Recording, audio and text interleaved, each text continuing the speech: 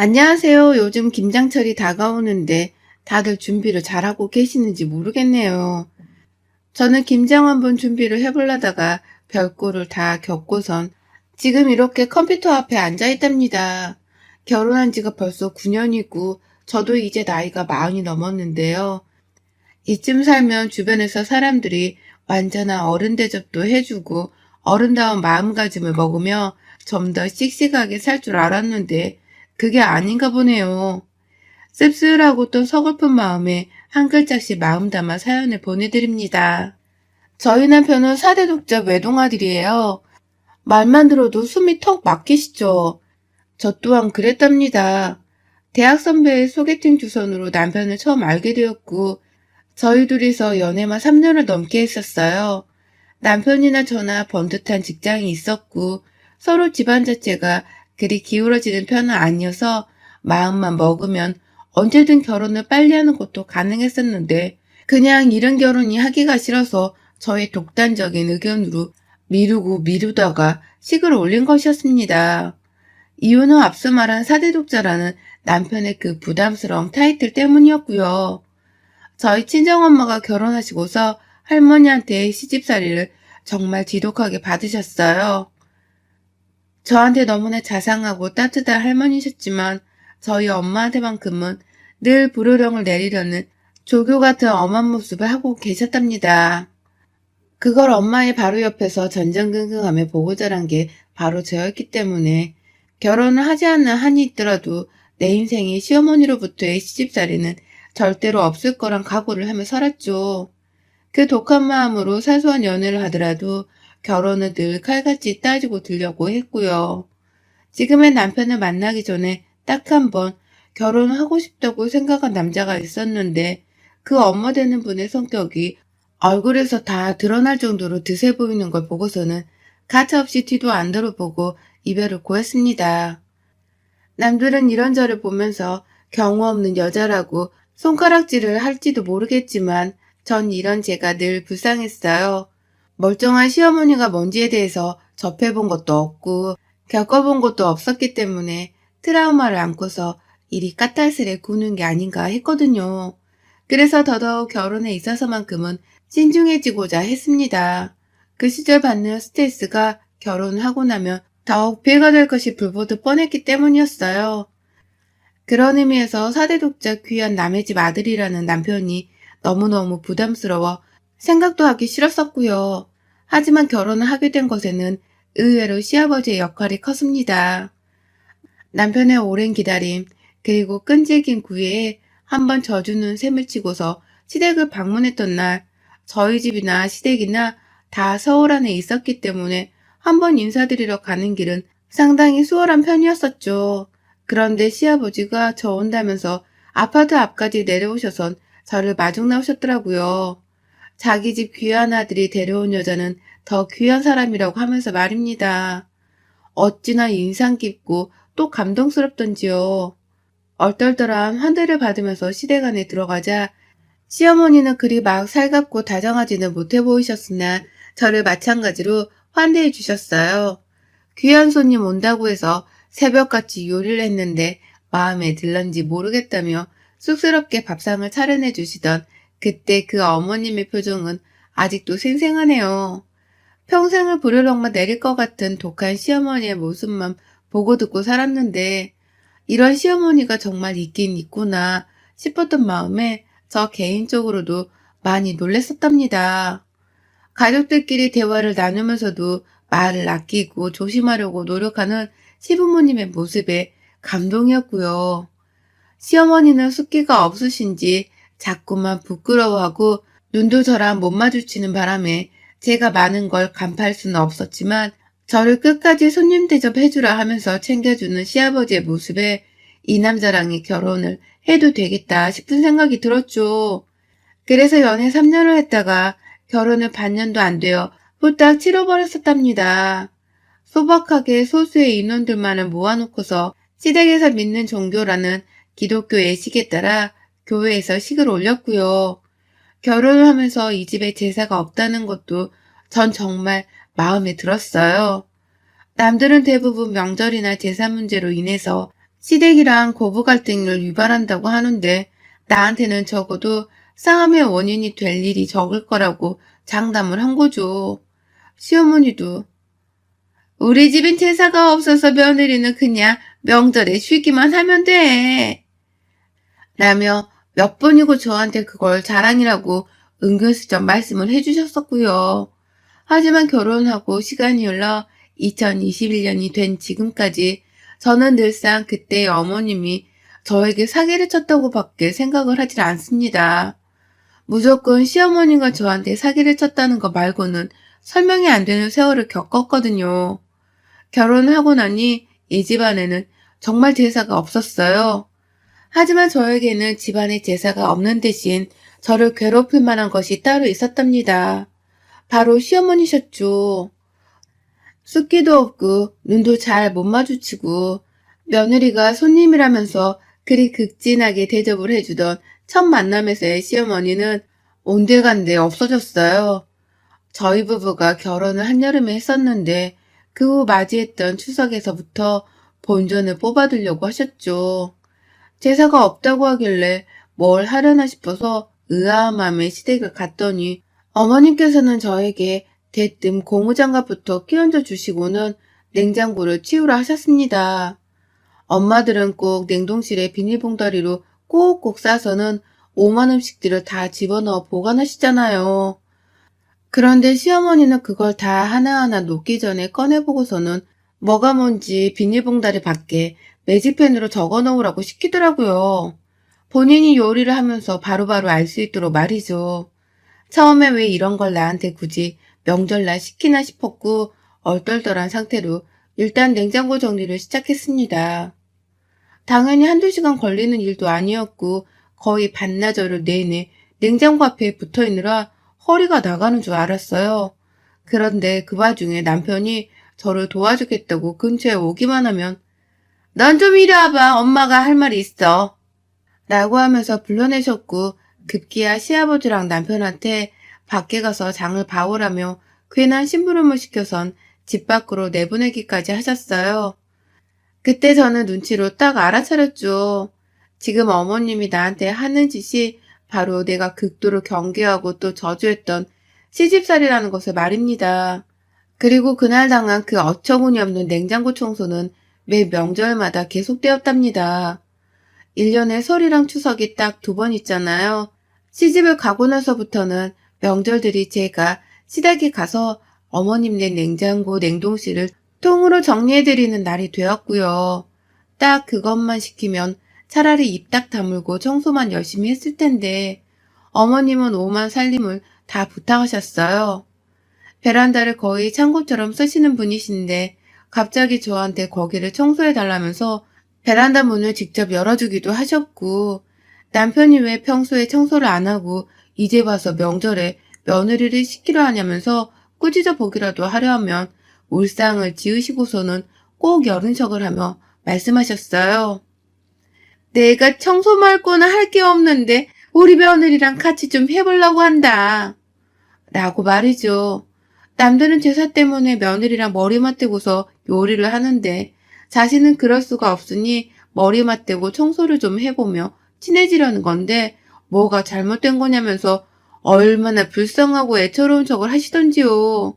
그러니 남편은 그런 어머님의 말에 입이 쏙 들어가선 거기까지 생각을 못했어. 그럼 나도 도울게. 라고 대답을 하며 싱글벙글 청소를 도왔고요. 어머님의 입이 튀어나온 채로 더 시집살이를 시키진 못한 채 아들까지 나서서 청소를 하는 꼴을 지켜보셨어요. 그러다가 기회만 보이면 자기 아들은 청소해서 빼내보겠다면서 엄마 아이스크림 먹고 싶다 라고 하면서 뜬금없이 추석 날씨에 찬 음식을 사오라 심부름을 시키곤 하셨습니다. 아, 제가 정말 이 집만큼은 안 당하고 살겠다면서 남자의 집안을 샅샅듯이 따져보려고 했었는데 내가 틀렸었다는 것을 시어머니를 보며 실감을 했어요. 그리고 시아버지는 이미 저와의 첫 만남에서 시어머니가 연기를 하고 있었다는 것을 다 알기라도 하는 건지 저를 보기 늘 미안하고 또 면목없어 하셨답니다. 그렇게 개고생을 쇠가 빠지게 하면서 살다 보니 저는 아이를 가지지도 못했었네요. 여러 번 유산을 해버린 바람에 30 후반이 되면서부턴 임신을 아예 포기했었고, 이 일로 너무나 괴로워하는 시어머니를 보는 게 솔직히 통쾌해서 시험관이며 인공수정 시술은 절대로 받지 않으려고 했습니다. 오히려 스트레스를 많이 받으면 임신이 안 되는데 제가 원체 스트레스가 많아서 이런가 봐요.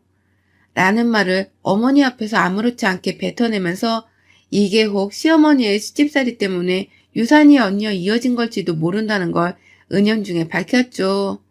그러면 어머님은 찍소리도 못하고선 방 안으로 들어가 버리셨고요. 그러던 저였는데 참 사람의 몸이란 게 기적과도 같더라고요. 제가 40이 넘어서 임신을 한 겁니다. 당연히 집안에서는 경사가 나고 아주 난리도 아니었죠. 병원에서도 포기를 해야 할 것 같다며 진작부터 몸 건강이나 잘 챙기라 권유를 하고 있었는데 제 속에서 심장 소리가 들려오니 담당 선생님께서도 기쁨을 주체하지 못하셨어요. 혹여나 또 유산이 될까봐 사람들한테는 일부러 비밀 유지를 했고, 혹여나 싶어서 배가 좀 나오기 시작하던 임신 14주부터 시부모님께 말씀을 드렸습니다. 시어머니도 대놓고 좋아하지 못하셨지만 내심 다행이다 싶으셨는지 기뻐하셨고, 시아버지는 뭐 동네 잔치라도 벌이려는 분 같았어요. 하지만 이 기쁨은 또 그리 오래가지 못했습니다. 이번엔 저의 몸에 문제가 있었던 게 아니라 시어머니라는 외적인 요인으로 인해서 제게 큰 불행이 찾아왔어요. 시어머니는 제가 임신을 했다는 사실을 말씀드리고 나서부터 계속해서 저를 불러내셨어요. 그게 불과 한 달 전이었는데 오랜 유산 그리고 노산으로 인해 극도로 조심해야 하는 것을 아시면서도 불구하고 절 그렇게 지독히 불러내시더라고요.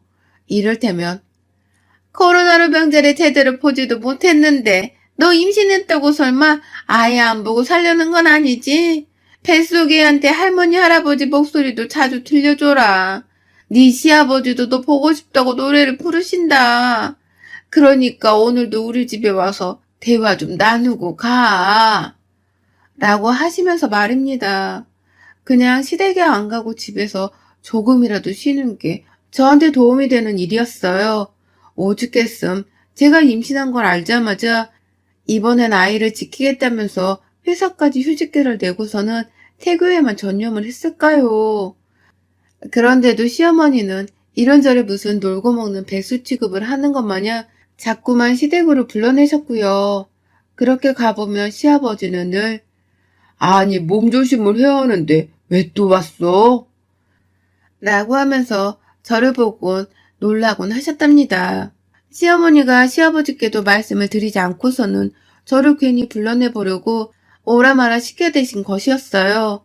그 후로도 별 이유 없이 자꾸만 시댁에 오라오라 하길래 결국 제가 단호하게 말씀을 드렸습니다. 뱃속 아기를 잃을까봐 걱정되어 쉬겠다고 집에 있는 건데 자꾸만 불러내시면 저도 힘들다면서 말이죠. 조심해야 하는 시기니까 집에만 좀 있겠다고 분명하게 말씀을 드렸어요. 제가 한두 번 유산을 한 것도 아니고 나이가 40이 넘었으니 이런 말을 했으면 시어머니도 분명 알아들으셨어야 했고요. 그리고 실제로 어머님은 그래 네 마음대로 해라 라고 하면서 퉁명스럽지만 제 말에 수긍을 하셨습니다. 하지만 이미 때는 늦었더라고요.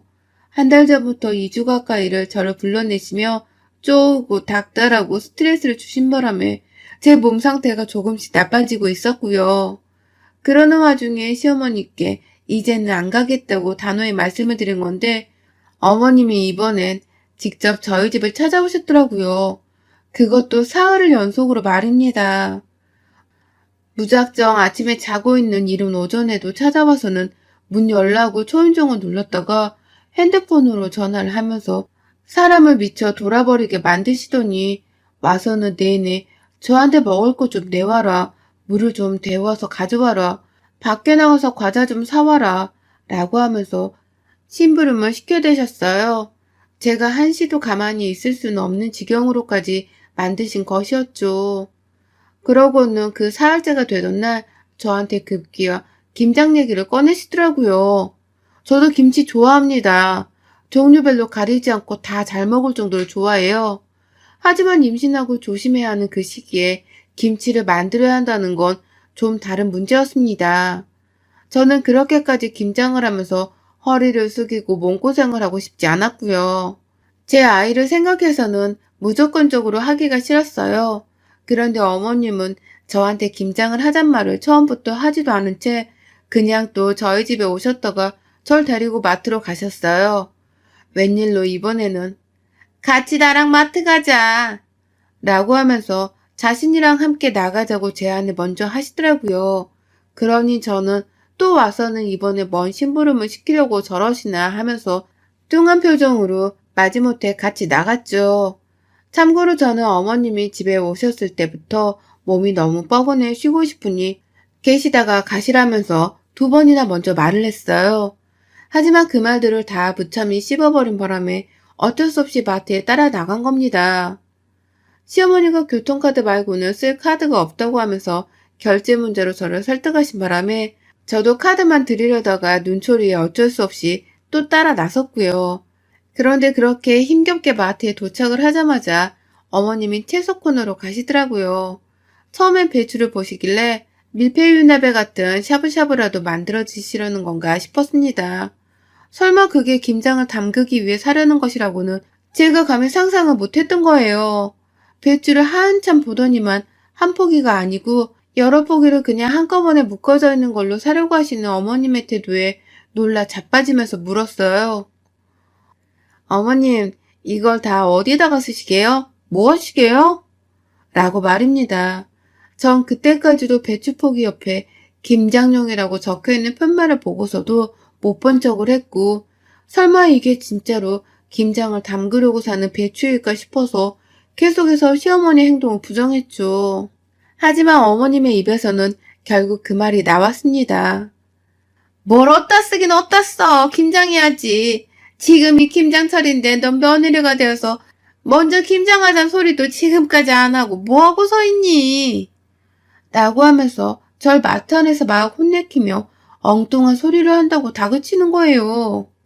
배추포기를 여전히 손에 쥐고서는 정신 나간 년을 쳐다보듯이 아주 당당하게 저를 쳐다보시는데 저는 그 눈빛을 여전히 잊지 못하고 있답니다. 며느리가 유산을 거듭한 끝에 겨우 40 넘어 또다시 임신을 했는데 어찌 보면 마지막일지도 모르는 이 기회를 또다시 개고생을 시켜 유산을 시키려는 건가 싶어서 말이죠. 이 눈빛이 살인자의 눈빛과 다를 것이 뭔가 싶어서 시어머니와 눈을 맞추면서도 소름이 돋아 다리가 얼어붙었어요. 온몸이 찌릿거리게 저려왔고 배가 순간 아파왔지만 시어머니를 향한 분노가 너무 걷잡을 수 없이 커지고 있었기 때문에 뱃속 고통을 제대로 인지하지 못했습니다. 마트 직원을 소리치며 불러서는 배추 10포기 묶음을 싸달라고 외치는 어머님의 말씀, 그리고 계산을 하겠다면서 저한테 카드나 내놔 라고 소리를 재차 지르시는 그 모습에 저는 지갑을 열어 들었어요. 대답조차 나오지 않을 만큼 그 상황이 너무 지옥 같았고 시어머니가 계산을 하겠다고 먼저 계산대로 멀찌감치 가시고 나서야 제 배가 아픈 게 슬슬 느껴졌어요. 뭔가 예감이 너무 좋지 못해서 배를 움켜쥐었고 괜찮을 거라고 마음을 먹으면서 시어머니의 뒤를 쫓아가려는데 저 멀찌감치서 시어머니가 절 부르시며 소리치시더라고요. 저 굼뜬 거 저거 좀 빨리빨리 안 와? 이거 네가 들고 가야 할 거 아니야. 라고 말입니다. 마트 안에 배달 서비스도 있는데 임산부한테 배추포기를 들고 집으로 가란 말을 저리 당당하게 해대다니 눈물이 앞을 가리더군요. 그 순간 제 머리가 핑 돌았고 앞에서 계산하시는 아주머니가 제가 애처로웠는지 절 보면서 아이고 아줌마 우리 배달 서비스 돼요. 라고 하면서 시어머니를 설득하셨는데 그러다가 제 배가 불러나와 있는 걸 본 건지 아니 임신하셨어요? 임신하신 분이에요? 아이고 그럼 더더욱 안 되지. 이 무거운 거 들었다가 저 맘때 큰일 날라고. 라고 하면서 시어머니를 다그쳤어요. 그리고 시어머니는 말씀하셨어요. 뭐가 안 돼. 힘이 넘쳐나는 애인데 지금 집에서 쉬느라 집단의 요양도 잘하고 있어요. 이럴 때 운동을 좀 해줘야지. 라고 말이죠. 그리고 전 그 말을 듣자마자 아 씨발 뚫린 입이라고 저게? 라는 말을 남기고선 그 자리에서 주저앉아 비명을 질렀습니다. 배에선 아이가 이미 잘못되어 가고 있었는지 다리 사이로 피가 흘러내리고 있었고 복통이 너무 심해서 전 도저히 서 있을 수가 없었거든요. 그 바람에 마트한 사람들은 저랑 같이 비명을 지르면서 구급차를 불러주고 절 둘러싸 챙겨주셨어요. 이게 다 시어머니란 생각 때문에 정신이 없는 와중에도 전 시어머니로부터 눈을 떼지 못했는데 어머님은 그런 저를 챙겨주기는커녕 이러다 제가 또 유산을 하는가 보다 싶었는지 혼란스러운 눈으로 절 보고만 계시더라고요. 근처에 다가오지도 못하고 계셨고요. 그리고 전 구급차에 실려가면서 시어머니께 죽을 힘을 다해 소리쳤습니다. 네가 내 새끼를 또 죽인 거야, 이년아. 넌 내가 집으로 돌아오면 내 손으로 사지를 찢어놓을 거야. 라고 말이죠. 그리고 전 그 길로 병원으로 가 아이를 유산했어요. 임신 17주 차에 아이를 또 말입니다. 당연히 제정신이 아니었죠. 친정 식구들도 다 달려오고 남편도 뛰쳐왔다가 식구들이랑 부둥켜 안고서는 울고불고 난리였어요. 저는 아이 가는 길에 배웅이라도 해주고 싶었던 건지 잠깐 정신을 잃었다가 금세 깨어나선 배만 껴안고 있었고 시어머니 생각이 난다며 그 와중에도 입 밖으로 죽여버릴 거야 라는 험한 말만 튀어나왔어요. 마트에 끌려간 거 그리고 가서 시어머니한테 들은 소리들을 말하면서 정신을 잃어가면서도 시어머니의 욕을 주저리 뱉어내니 옆에 있던 가족들은 우르르 들고 일어나서는 시어머니를 고소하겠다고 분노하고 난리도 아니었어요. 번갈아가며 욕설을 날린다고 어머니께 전화를 했고요. 나중에 시아버지가 병원에 오셨는데 오는 길에 시어머니로부터 뭔 말을 들었는지 아주 죄인이 되어서는 고개를 수그리고 찾아오시더라고요. 그런 아버님께 가장 대표로 화를 내면서 엄마 어딨어? 엄마는 뭐하고 아빠 혼자 와? 라며 소리를 친 건 제 남편이었고요. 결국 시어머니는 저를 보기 무서웠는지 끝까지 병원 근처에 안 오려고 하다가 저희 친정아버지가 남편이랑 시아버지 멱살 잡고 시댁에 쳐들어가는 바람에 저희 아버지 손에 질질 끌려 병원을 찾아오셨어요. 저는 그때 응급실에서 1인실 병동으로 옮겨졌고 나머지 가족들은 한꺼번에 병문안이 허용이 안 된다고 해서 다 나가 있는 참이었는데 저희 아빠랑 남편 그리고 시아버지랑 시어머니가 세트로 들어오대요. 저희 아빠는 그 자리에서 바로 시어머니를 제가 누워있는 침대 쪽으로 밀어버리셨고요. 으윽 하는 소리와 함께 침대로 넘어진 시어머니는 제 코앞에서 저랑 눈이 마주쳤다가 바로 눈을 피하셨어요.